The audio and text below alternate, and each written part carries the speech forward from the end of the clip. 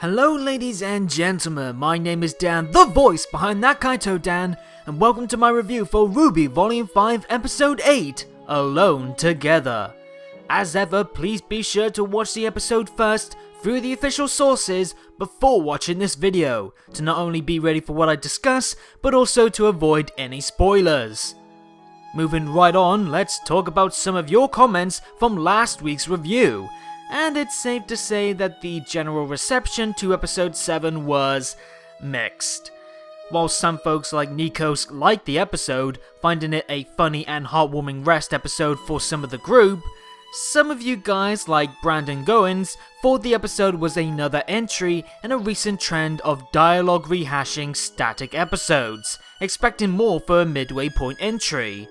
Some fair comments on both sides, though beyond that, there was also this comment from Charlie Tango, who noted the interesting words that Ozpin used to answer Yang's demand of no more lies, which may prove to be incriminating in the future.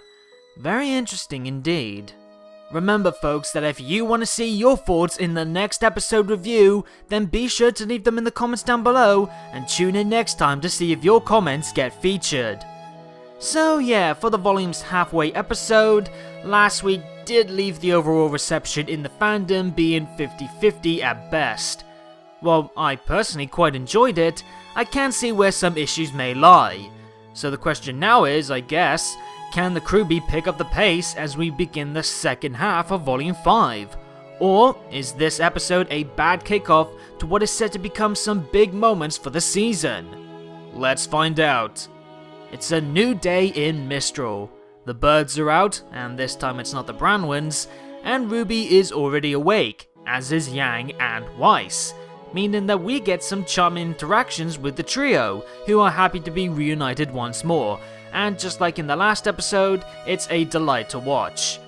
But of course, there's a certain cat girl that is missing from this group, and RWBY wishes that Blake was around too. However, not everyone is wishing the same thing, as Yang's tone takes a sour shift at the mention of her partner, coldly discussing Blake's decision to leave them, and dismissing the entire idea of wanting Blake around, to the point of even lashing out at RWBY and Weiss when asked to calm down. Obviously, Blake is a very touchy subject for Yang, so much so that it's making Yang's emotions get the better of her around her friends. And it should come as no surprise to see another instance of Yang's hand twitching. I've said it before, and I'll say it again. Yang's having a very difficult time trying to manage her emotions right now that she's trying to temper her outbursts. Whether it's regarding Raven, or Blake, or random scuffle, Yang can't seem to balance keeping her emotions in check. She's trying her best not to blindly rush through issues raging and with her fist going first, but every time she doesn't vent off her frustrations or her pains, that stress will be bottling up to breaking point. And there will be times, just like this one and the outburst at Raven's camp, where Yang can't hold back anymore, her emotions then flowing out without a filter. The more Yang continues to bottle up her emotions without finding a good balance of releasing them and keeping her composure, the more it may cause Yang to lose control. And it could lead to some dangerous situations both on and off the battlefield, especially with the troubles that lie ahead. For now though, Yang decides to head on back inside, making this happy moment with the near complete team end on a rather depressing note, as we then turn our attention over to the aforementioned Blake, who's stewing over things going on in her own mind over a Menagerie, before coming across a hidden note left behind by Illya. Miss Amitola is asking for Blake's aid, and is asking to come meet her alone. And given we know the chameleon girl is ordered to aid an attack on the Belladonna household, this isn't a very good sign. Sun then pokes his head out to see if Blake's good to go, as the pair were set on trying their recruitment efforts at the nocturnal district of Kurokuana. That's a cool little tidbit that gives Menagerie some more diversity and world building. There's an area of the town that's dedicated for nocturnal faunas, which I imagine are people based on animals like owls, badgers, dingoes, bats, and bandicoots, to name a few possible types. This little info nugget isn't too special in the grand scheme of things, but it helps give more proof that this is a haven for the faunus, if they were willing to put in the effort to make a district that can cater to those who sleep in the day and are active at night. Either way, after the message she just checked out, it sounds like Blake is gonna hold off on that recruitment mission to go see Illya, who's clearly been listening in from afar given the sounds as Blake exits. After that, we get a lovely pan shot into Yang's room with the blonde looking over an old picture of the team. It's a simple but effective way to show how distant Yang is putting herself away from others when she's thinking on past events. However, Yang's private time alone is cut short when Yang thinks that RWBY has come to talk about Blake, though it's actually Weiss who's turned up instead. Obviously, she wants Yang to share her feelings on the Blake issue, though Yang right off the bat says that Weiss won't make her change her mind on feeling angry at Blake, commentating how Weiss can't understand what it's like to be left like that, especially since it's not the first time this has happened to Yang. Weiss's family may be rough around the edges with a lot of issues, but they're at least still around. Meanwhile, Yang, even as a young child, had to deal with two mothers leaving for differing reasons, a father who was broken with the losses and busy with teaching, and the only one around was RWBY, who was still a very young kid that couldn't even speak yet. Yang was pretty much on her own in her recovery, even at a very young age. The only one she could depend on to pick herself up and try and handle things was herself, despite the empty holes in her life, which gives us a better insight as to why she is so attached to RWBY like she is, not only as her big sister, but because for many years, RWBY was all she had around.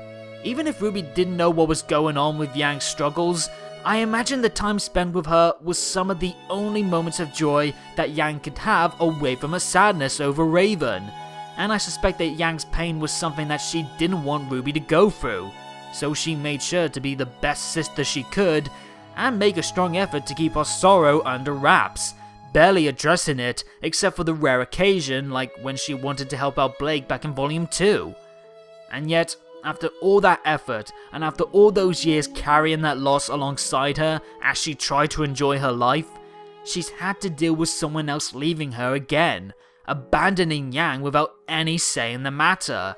And once more, Yang is left picking up the pieces by herself. Loss has been a pain that has shaped so much of Yang's life, and after being pulled through one rough experience because of such a feeling, she's having to cope with a second instance, and she hates that. It's a logical complaint to have, especially when it's due to the actions of those that you consider close to you, like family or dear friends, not to mention the fact that Yang never had the chance to try and stop Blake from leaving. It felt like a betrayal after all they've been through, and after sharing with Blake her emotions regarding the last time someone left her back in Volume 2. Yet Blake still left, and Yang's crushed as a result. But it is unfair for Yang to think that she is alone when she really isn't. She's forcing herself to be alone despite all of those that are still around to help her, and it's wrong for her to be making that assumption that Weiss can't understand her pain, when, as Weiss goes on to explain, they're very much alike when it comes to feeling alone. Back when she was just 10 years old, and on her birthday no less, Jacques, the wonderful saint of a person he is, finally revealed to Weiss's mother that he only married her for her name, as we all pretty much expected. Even Weiss and her mother suspected it to be the case as well, but the truth still stung, and it started to break the family apart. Time spent together went from frequent to rare to practically forgotten, and as a result, Weiss was left alone as the family splintered. Winter had the military, Whitley likely spent more time with his father than anyone else, her mother was drowning in a wine-filled depression, and Jacques only really made time with Weiss for business means. She was alone in her own way, even with her family still around. There was just no real family connections to latch onto, no one to comfort Weiss and help her out of her own sorrows. The point that Weiss is trying to make is that while Yang has suffered loneliness, it doesn't mean others can't understand what she's feeling through their own experiences, and she needs to let others in if she wants to feel any better, instead of pushing them away thinking that it's her pain to bear. Not only that, but seeing that others have their own heartache over loss and abandonment could help Yang understand why Blake left, why she chose to be alone. She was so distant and adamant on building up walls around her during the early days of Beacon that it took some time before she felt comfortable enough to let those walls down, to let those that she grew to care about into her world, thinking that her past wouldn't come back to haunt her and harm her friends. And of course, that's exactly what happened. Her fears came true, and it resulted in Yang almost dying because of it. Blake blamed herself following this, and fearing what could happen next, she chose to leave, chose to be alone so she can avoid her friends being hurt again, or just as painful a thought, avoid Yang and the others blaming Blake. Even so, Yang says that she and the others wouldn't have blamed Blake for what happened, and it hurts her that Blake didn't stay to hear that in person, that Blake didn't give them the chance to be there for her. And it especially hurts Yang that Blake isn't around when she really needed her as well. Clearly, she does miss Blake and does want her back, to help her cope with the events post-Beacon's fall, and the lack of her partner is a heavy pain on Yang's already wounded heart. Of course, there's some possible romantic element to this moment too, probably the biggest hint to some possible feelings for Blake from Yang in the show so far. But with or without that being a factor, it's plain to see just how much Blake means to Yang. She may be angry at Blake for leaving and for the way she left, but deep down, she misses her and wants her back. She wants things to be okay, and she wants to be there for Blake and for Blake to be there for her. Weiss misses Blake too. She means a lot to her, as does all of Team RWBY. The group is more of a family to her than her own brother and father, and she does have faith that Blake will return eventually. And when she does, Weiss will continue to support her in her time of need. Until then, Weiss will do the best for Yang as well, even if they aren't as close as they are with the others. That's a great little piece there from Weiss that I absolutely love. It's actually addressing how little we've seen these two bonding together outside of bickering or fighting together. But it's doing so in a way that actually helps this tender moment feel all the more stronger, instead of just addressing the lack of time together as a gag or a simple rare occurrence. And we've seen that these two do mesh well with their conflicting personalities, and with Weiss offering kind gestures during some of Yang's raging at her mother recently. Even if they aren't the tightest pair in the group, Weiss wants Yang to be happy all the same, and she'll do what she can to help. And that shows just how much her friends mean to Weiss, especially now she's trying to branch out from her family. It's a moment between these two that was a long time coming, but was so worth the wait. And I'm glad that it was used to help Yang with her struggles. And I also love that it was Weiss who was defending Blake. Okay, she obviously doesn't like Blake leaving them either, but despite the former heiress having some rocky moments with Blake in the past, the fact that it was Weiss trying to help the strained relationship between her teammates on Blake's behalf speaks volumes for Weiss's growth as a more loving and supportive person.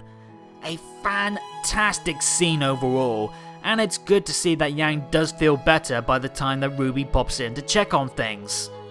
But now we need to return to Blake, who's just about to meet up with Illya, hoping to convince her old friend to leave the White Fang before it's too late. Sadly, Illya isn't here apologizing for what she's done, she's apologizing for what happens next, as Yuma swoops in from above to knock the wind out of Blake before another White Fang member, a spider faunus named Trifa, ties her up in her webbing. Pretty cool design and ability there. The veins as her spider trait are much more aesthetically pleasing for me than just giving her extra arms or eyes. As we feared, Illya is going along with the plan made by the Albanes, despite Blake's plea to stop. Illya isn't fond of hurting people, but she's been pushed too far, unable to see good innocent people in a world that either openly hates the Faunus or stands by and lets it happen, like she assumes the Belladonnas are. Illya admits that what she's doing isn't right, but it's for the sake of the Faunus. So even if it is putting her against Blake, she'll do what needs to be done, using fear to gain the respect they deserve. Blake does make some dents in Illya's resolve though, by trying to make her see the horrible person that the White Fang has made her become, aiming to do more harm with those who would abuse her good intentions, and with her weapon at her captured friend's neck. But as much as it pains her to be in this mess, Illya is just too deep now to get out, too wounded by the world, and too loyal to the only means of justice that she feels she has left. And since the Belladonnas are seen as their enemy for progress, Illya will carry the hurt of another sacrifice for the greater good. Shut it! Okay, sorry, I had to get that in there somehow. Anyway, things are getting really intense right now. And to make matters worse, Illya reveals to Blake that her parents will soon be killed, and she will be sent to Adam in Mistral, so they can no longer challenge their plans. And of course, Blake is distraught at this. Yet even now, she is still praying for Illya to see sense. Even now, she wants her friend to realize that she's on the wrong side, and the terrible things that Adam and the White Fang are making her do is making her become a terrible person, someone that she really isn't. Though Illya decides that now is the time to drop a huge bombshell, revealing her jealousy over Blake being too busy apparently falling for Adam in the past to notice the Chameleon Girl's own growing affection for Blake. That's right folks, turns out that Illya had, and if the blush color change effect on her skin is hinting anything, still has feelings for Blake, making Illya the first named LGBT character in the show. Obviously that is a big moment on that aspect alone, but man does it give some extra weight as to why Illya still has some hesitancy when confronting Blake up until now. She doesn't want to cause harm to someone that she wished she could be with.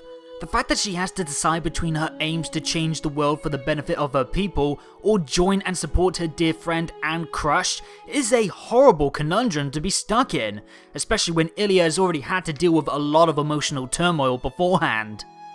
I wonder though if Illya is aware of just how toxic Blake's relationship with Adam was and still is. Does she know how abusive Adam has become, wanting to torture the poor girl while calling her his love and all that?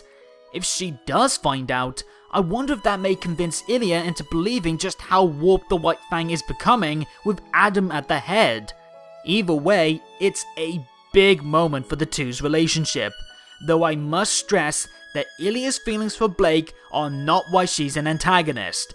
She's a well-intentioned extremist with only her past bonds and feelings for Blake keeping her humanity intact, though now, any good in Illya is being overcome by her misused drive to change things for her people, or because of the White Fang.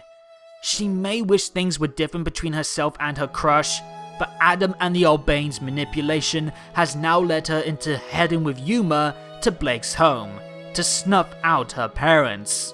Thankfully, Blake didn't have a dumb and selfish moment, and actually came with backup, calling in Sun from his hiding place to help deal with her captors.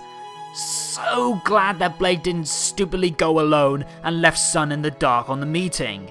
It shows how much trust she has in Sun and her willingness right now to not face the White Fang alone anymore. But that's not important right now. What is important is her family are in danger, and the two head on back home, Sun calling the cops while Blake tries to contact her mother. Sadly, the fighting has already begun. White Fang members are in the house, and Carly and Gira are separated, with Carly having to hold her own in the midst of gunfire, and Gira fighting off the intruders with the guards until he's eventually left alone, just in time to take on the Albane brothers, who come in wielding what looks to be daggers that can shoot out dust-powered fireballs. Things have gone from bad to worse, with the Belladonna adults backed into some very dangerous situations. But if Gira is going down, he's going down fighting. The chieftain unleashes his panther claws and disrobes his coat with a fierce look on his face, as the episode ends with one pissed off Papa Panther ready to brawl with the brothers. So remember last week when I said that the last episode was the calm before the storm? Well, it's safe to say we got the storm this week, and boy did it hit hard. Not only was that closing segment intense as all hell, but this was a wonderful episode for several characters and their relationships. As I explored before, the stuff with Weiss and Yang was brilliant, relating to their separate struggles with loss and their respective history with Blake and each other. It's a great landmark for the pair, and I'm glad to see the two's overdue moment together led to something this engaging and beneficial to their distinct character growths. While I do hope we start to see the lot in Mistral moved into more active events very soon, I'm thankful at least that we got some much needed discussion on Yang's wounds regarding Blake. That makes that much hyped reunion feel all the more exciting now we know just how deep the pain did cut on Yang, especially when it's reflecting a common struggle in Yang's life. If she's able to overcome this hurdle with Blake in the future well enough, it could go a long way in helping her deal with the Raven issue as well. We also got a clear example of Blake trusting Sun with her personal matters becoming more of a frequent thing, which will be another element that will make the Bumblebee reunion be quite the exciting one, with the pair already starting to understand where they need to improve before that eventual scenario occurs. And of course, the massive moment with Illya and her feelings being revealed is absolutely great. Not just for finally having an LGBT character in the show, but it's an element to a character that actually has some worth to the narrative. Illya's feelings for Blake makes her current position as an antagonist with strong convictions over her actions all the more complex, entertaining, and heartbreaking. Yeah, it's making Blake's love life look more complicated than her actual origins love life, but it's quite the troubled mess that has me on the edge of my seat the more that this arc in Menagerie unravels. I hate seeing Illya and Blake in this tragic situation, and I'm buzzing to see what becomes of it, especially with so much on the line. By the way, I have to give some super strong praise to the lighting team for this episode. There's a very effective use of light and shadows over both set pieces that helps add the emotions on display. Yang is in a soothing light and she's being comforted by Weiss and things are looking brighter for her, while Blake is wrapped up in the dark as dread appears for her loved ones. A very nice touch, even if it wasn't intentional, to portray a fitting atmosphere for a pair of highly strung emotional moments. And there was some absolutely fantastic vocal performances by some of the cast. For some really heavy emotional moments for the characters, the likes of Kara, Barbara, Aaron, and Jeremy were on fire in their delivery, with my voice acting gold star being awarded to Jeremy Lee, though all of the previously mentioned women deserve it as well. Jeremy just really hit the ball out of the park with her fire and her pain during the passionate moments of the closing scene. This was a big episode that, for me, truly delivered, and it's a strong contender for the best entry in Volume 5. We got a brilliant moment with two friends that was worth the wait. More knowledge on how the past and Blake's habit of running away has shaped who Yang and Illya have become. And we got the extra treat of some frenzied action brewing at the Belladonna homestead that will surely continue the emotional roller coaster, reaching to greater heights and more painful lows. The second half of this volume has started off tremendously well, and long may it continue. But those are just my thoughts. Tell me yours in the comments down below. Did you like the bonding between Weiss and Yang? What's your take on Illya after her bombshell? And what do you think will happen to Gira and Carly? Let me know in the comments down below, and while you're at it, hit the subscribe and bell buttons to make sure you know when a video is out. And follow me on Twitter at ThatKaitoDan for more on all things RWBY, future content from yours truly, and more. Until next time though, have a good day or good night, and peace out.